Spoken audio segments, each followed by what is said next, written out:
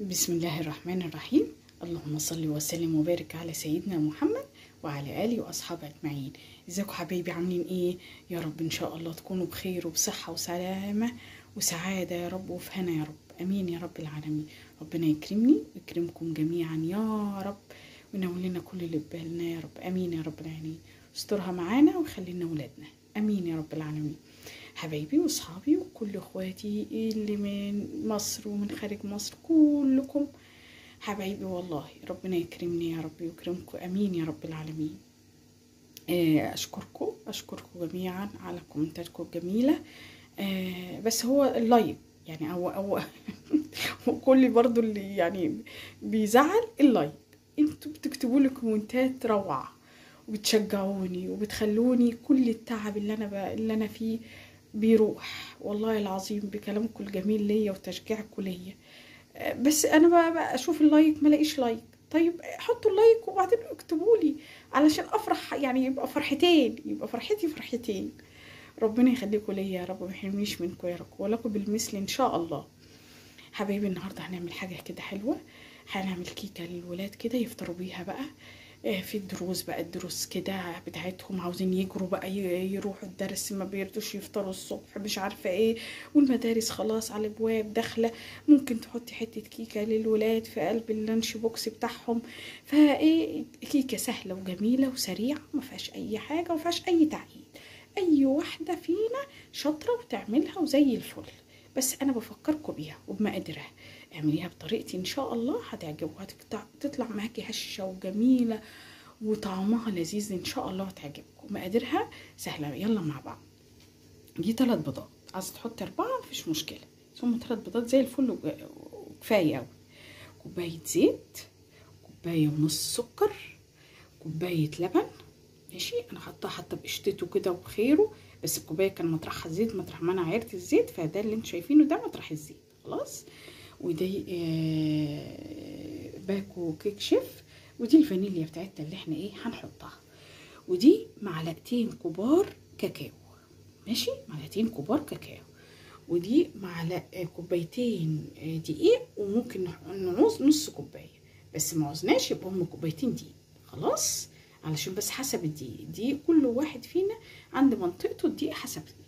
خلاص، انا هجيب الخلاط وهحط فيه كل المقادير السائله، يعني هحط الزيت وبعدين هحط اللبن او احط السكر واحط الحاجه والبيض والفانيليا، وهنضرب كل ده في الخلاط. يلا نحط كل ده في الخلاط واوريكم. بص حبايبي، حطيت كل المقادير السائله كله على بعضه كده، هضرب كويس قوي في الخلاط واوريكم. خلاص يلا. بصوا حبايبي اهو، ضربت الخليط كده زي ما انتم شايفين كله في الخلاط. بصوا فوق، بس معلش انا نسيت اقول لكم على حاجه لازم اقولها لكم، حطوا معلقه خل، عشان انا نسيت فحطيت معلقه خل. ماشي، تخلي بقى العجينه بتاعت الكيكه فظيعه. خلاص، هصب بقى الماء ده في قلب البوله دي واوريكم. اهو حبايبي، انا حطيت الخليط بتاعي وحطيت عليه الدقيق، بس مش كله، سبت شويه دقيق اهوت، قيمه نص كوبايه كده بشوف. خلاص، وحطيت عليه البيكنج باودر ورشه ملح.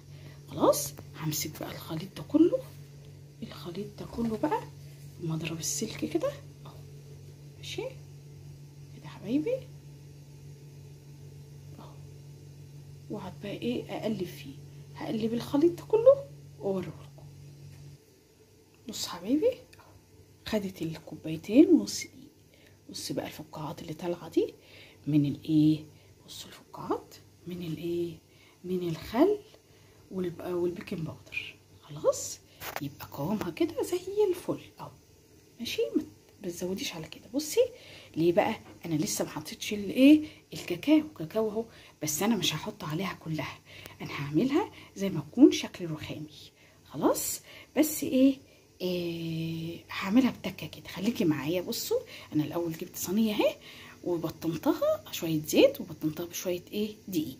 هحط شويه خليط من الابيض ده في الصينيه واوريكم هنعمل ايه.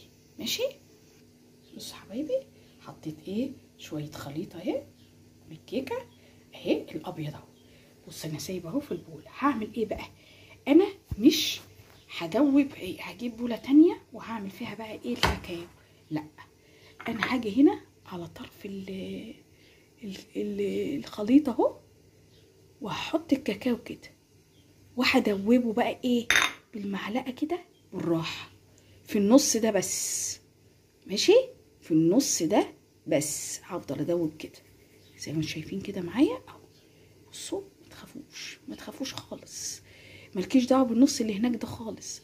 لما هتيجي تنزل بقى هتنزل زي وتبقى رخاميه بقى، مش بقى لسه هجيب بوله واعمل هنا واعمل هنا، لا انا ايه عملت اهو في نفس البوله بس على جنب. هاجي بقى انزل ابص الاقي نازل لي على شكل رخامي بقى، تبقى الكيكه اجي افتحها بقى اجي اقطعها الاقيها بقى شكل رخامي جميله خالص. واجي بقى ايه اروح اهي خلاص خلط اهو، اتخلط اهو في نفس ايه في نفس الحته اللي انا سايبه الحته اللي هناك دي زي ما هي خلاص اهو.